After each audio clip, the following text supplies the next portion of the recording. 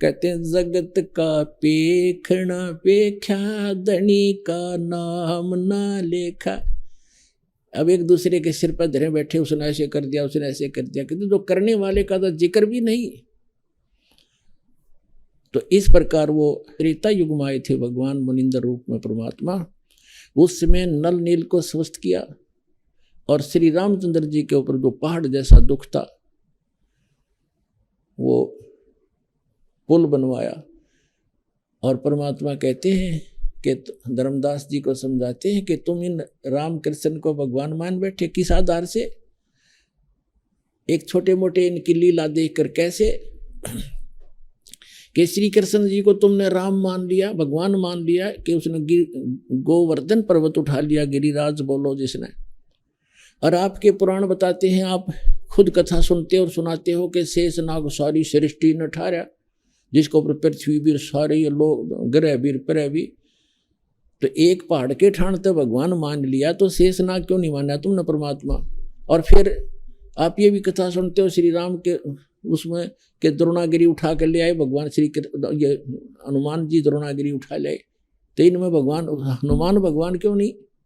क्या बताते हैं कि गोवर्धन श्री कृष्ण धारो और द्रोणगिरी हनुमंते, शेष नाग सब सृष्टि उठारा, इनमें कौन भगवंते। फिर क्या बताते हैं?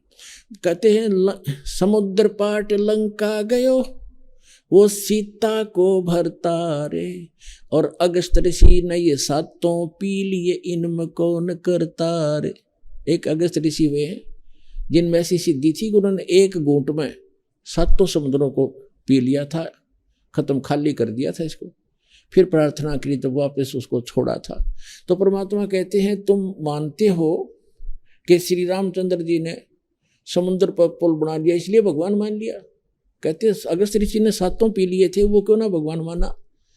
फिर कहते काटे बंधन विपत में, कठिन कियो संग्राम, चिन्हो रे नर प्राणिया, ये गरुड़ बड़ो के राम। ओए होए, कहते तुम्हारा भगवान श्री रामचंद्र जिसको तुम भगवान मानते हो, वो तो नागफास में आगे थे सारी सेना सब समेत, और गरुड़ ने आकर तुम्हारे भगवान का बंधन काटा था श्री राम का। तो गरुड़ बड़ा हुआ, तुम्हारा श्री राम बड़ा हुआ, कुछ तब बुद्धि तो काम ले लो।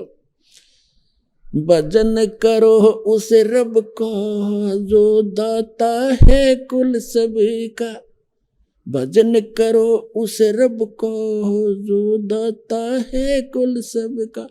वो है कबीर इज गॉड, धानक रूप रहा करतार, अनंत कोट ब्रह्मांड का, एक रति नहीं भार, और सतगुरु पुरुष कबीर है ये कुल के सरजनार। हम सुल्तानी नानक तारे दादू को उपदेश दिया, जात जुलाहा भेद नहीं पाया, वो काशी माए कबीर हो। बोलो सतगुरुदेव।